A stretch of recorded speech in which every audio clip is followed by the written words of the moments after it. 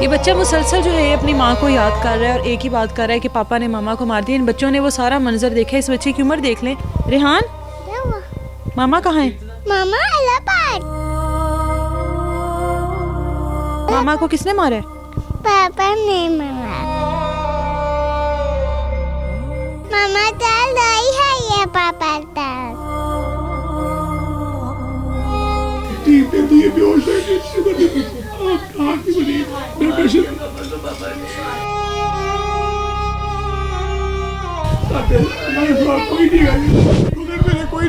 कोई मेरे भरा नहीं बगन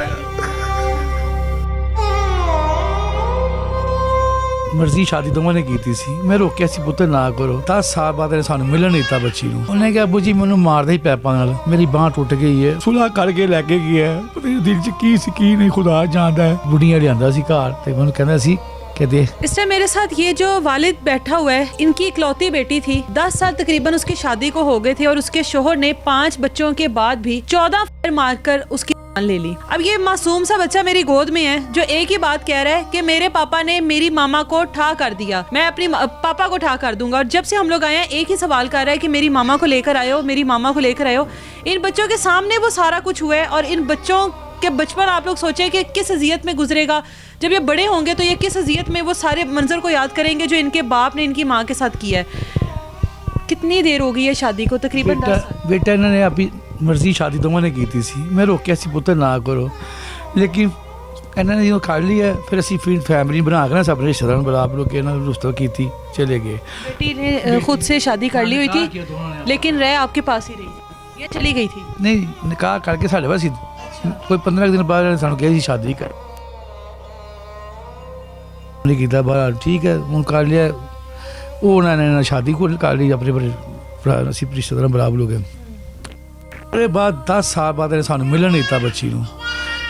10 साल आपने अपनी बेटी के साथ मतलब मुलाकात ही नहीं की, बातचीत ही नहीं की? जी, शादी के बाद दोस्तों ने पूछा, जेरे दोस्त ढोलिए थी जेरे काम करता सी कितने चले गए, उन्होंने बाहर चले गया। सानू है पता बाहर चले गए। कोशिश नहीं की आप बेटी से रब्ता करने की? बड़ा कोशिश की, सानू नहीं पता लगा अज तक। तो हुण आके तकरीबन 2 महीने तक सानू आके पता लगा कि बच्चे नाल झगड़ा होया, ये लड़े न। लड़न तो बाद असी फिर बच्चे कितने दाख करने जेल कितने कचहरी कुचहरी के बच्चे मिलने। उन्हें अपने बच्चों वास्ते ना जान कुर्बान कर दी। उन्हें कहा पापा मैं अपने बच्चे लैने, मैं बच्चे के बगैर ही रह सकती। जज साहब बहुत अच्छे सी। उन्होंने कहा बेटा तुसी दोवें ना घर च बह के ना अपना सुलह सफाई कर लो। बेटी ने कहा ठीक है जिस तरह कहते मैं अपने बच्चे वेखने अपना इस तरीके ना सुलह करके धोखे ना लैके गया, ये प्यार नाल गया है। जज साहब ने कहा अपने फोन तो मेरे माँ प्यो नाल गल करा, इन्हों के घर जा, अपने सस सौहरे के घर माँ प्यो लैके जा, तो उत्थे खुशी खाशी ले 2 घंटे बाद 4 घंटे बाद दिहाड़ी पूरी ला के तू आ। ये कोई हफ्ता के लैके आया बेटा, हफ्ता लैके आया। हफ्ते तो बाद बेटी ने आना जाना अब शुरू कर दिया किया था। बेटी ने बताया कि 10 साल में उसकी जिंदगी क्या से क्या हुई, क्या कुछ हुआ उसके साथ? उन्हें कहा अबू जी मैनू मारदा ही पैपा नाल, मेरी बांह टुट गई है। मैं उन्हें तरफ से कहती पुत्तर अच्छी गल है, तेरे बच्चे एडे हीरे मंगल सोहने। अच्छा अबू जी अंदर नहीं है। बस पुत्तर मैनू सवत की तुहानू दसां सुलह करके लैके गया है। पता नहीं दिल च की सी की नहीं खुदा जानदा है। वो बच्चा बैठा होया, उस बाप का बच्चा बैठा है, साडी धी का बेटा बैठा है। उन्हें पुछोगे बकाया की कारण किया इन्होंने सुलह करके जाके ले जा के जज साहब ने लिखे दिता है कि पुत्तर तुम हथा ताली भी 2 थां बजदी।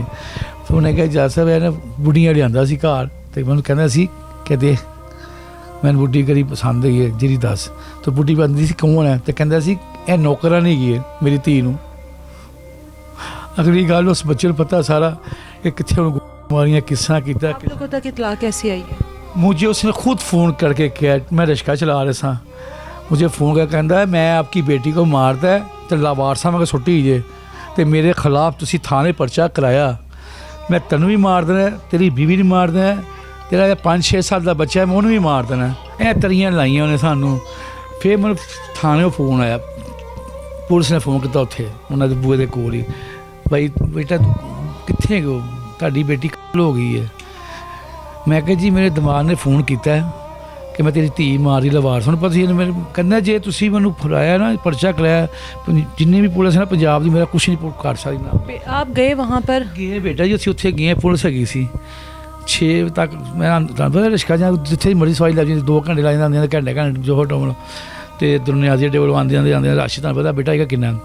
ਫਿਰ ਮੈਨੂੰ ਪੁਲਿਸ ਨੇ ਬੁਲਾਇਆ, ਉਹਨੇ ਕਿਹਾ ਯਾਰ ਇਹ ਦਿਨ ਧੀ ਨੂੰ ਹੋ ਗਏ। ਮੈਂ ਕਿਹਾ ਅੱਛਾ, ਸਾਨੂੰ ਸਿਰਫ ਬੇਟਾ ਇਨਸਾਫ ਚਾਹੀਦਾ। ਦੇਖੋ ਸਾਡੇ ਨਾਲ ਪੁਲਿਸ ਮਦਦ ਕਰ ਰਹੀ ਹੈ, ਅਸੀਂ ਜਿੰਨੇ ਪੁਲਿਸ ਦੇ ਮਹਿਕਮੇ ਨੇ ਅਸੀਂ ਸਭ ਅੱਗੇ ਦਰਖਾਸਤ ਕਰਨੇ, ਸਾਨੂੰ ਸਾਫ਼ ਚਾਹੀਦਾ ਹੈ। ਤੁਹਾਡੇ ਕੋਲ ਮੀਡੀਆ ਨੂੰ ਕਰ ਸਕੀਏ, ਤੁਸੀਂ ਸਾਨੂੰ ਸਾਫ਼ ਦਵਾਓ। बेटी का पोस्टमार्टम हुआ, तशद्दुद भी किया हुआ था ਹਾਂਜੀ उस पर। ਬਹੁਤ ਜ਼ਿਆਦਾ ਸਾਰਾ ਕੁਝ ਜਿਹੜਾ ਥਾਣਿਆਂ ਨੂੰ ਪਤਾ ਹੈ ਜੋ ਵੀ ਹੈ। ਤੇ ਅਸੀਂ ਨਾ ਦੇਖੋ ਸਾਡੇ ਕੋਲ ਵਜ਼ੀਰ ਆਜ਼ਮ ਮਰੀਮ ਨਵਾਜ਼ ਵੀ ਕੌਮ ਦੀ ਬੇਟੀ ਹੈ, ਉਹਨੂੰ ਵੀ ਆਉਣਾ ਚਾਹੀਦਾ ਸੀ। ਕੋਈ MP ਨੇ ਕੋਈ ਵੀ ਨਹੀਂ ਆਇਆ। ਮੀਆਂ ਸ਼ਬਾਜ਼ शरीफ साहब वज़ीर आज़म है, ना उन्होंने कोई एक्शन लिया, ना मरियम। मुझे ये बताएं कि 10 साल आपकी बेटी आपके साथ राब्ते में नहीं थी, ठीक है, थी तो सही ना, ये तो पता था मेरी बेटी जिंदा है, क्यों नहीं कोशिश की? इतना बड़ा तो उसने जुर्म नहीं कर दिया था, शादी कर ली, निकाह कर लिया, फिर आप लोगों ने अपनी रजामंदी से करवा भी दी उसकी, तो फिर क्यों नहीं बेटी को क्यों नहीं मिले? खुदा जानते ने प्यो की दी सी, ये तू नहीं पता है कातर नूं कि क्यों नहीं मिलता। ਅਸੀਂ ਤੇ ਮਜ਼ਦੂਰ ਆਦਮੀ ਸੀ ਤੇ ਪੁੱਛਦੇ ਨੇ ਪੁੱਤਰ ਆ ਉਹਨੂੰ ਅੱਜ तक ਜਾ ਕੇ ਥਾਣੇ ਜਾ ਕੇ ਪੁੱਛੋ ਉਹਨੂੰ ਪੁੱਤਰ ਸਭ ਕੇ ਲਫ਼ਜ਼ ਕੀ ਹੋਏ ਉਹਨੇ। ये 5 बच्चे हैं उसके, आपकी बेटी के। ਮੁਸ਼ਕਲ ਰੋਟੀ ਦੇ ਰਹੇ ਆ ਮਹੱਲੇ ਵਾਲੇ, ਤੁਹਾਡੇ ਵਾਂਗੇ ਫਰਾਈ ਨੇ ਆਟਾ ਰੋਟੀ ਜਿਸ ਤਰ੍ਹਾਂ ਦੇ ਦਿੰਦੇ। ਕਮਰ 'ਚ ਮੇਰੇ ਮੋਹਣੇ ਤਕਲੀਫ ਹੈ, ਮੋਹਣੇ ਦਰਦ ਹੈ, ਰਿਸ਼ਕਾ ਮੈਂ ਚਲਾਨਾ ਹੈ, ਯਕੀਨ ਕਰੋ ਬੜਾ ਔਖਾ ਹੈ ਪੁੱਤਰ, ਡਰਦਾ बाहर नहीं जाता मैं। अब वो पुलिस की हिरासत में? हाँ जी वो थाने में है, ये थाने में। रेहान मामा कहाँ है? मामा इलाहाबाद।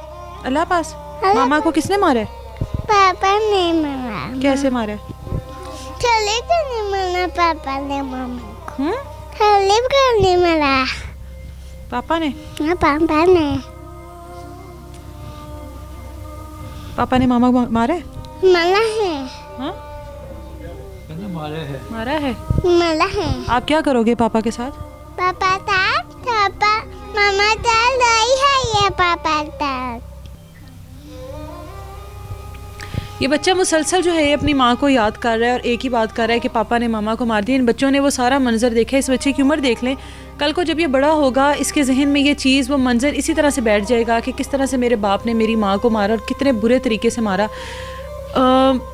माँ बाप को अपनी बेटियों से इस तरह से ला ताल्लुकी इख्तियार नहीं करनी चाहिए। अपनी बेटियाँ अगर कोई ऐसा स्टेप उठा भी लेती हैं तो एटलीस्ट वालदैन को कोशिश करनी चाहिए कि अपनी बेटियों के साथ ताल्लुक़ में रहे, चाहे वो कितनी भी दूर है, उनके शोहर नहीं भी मिलने देते तो भी।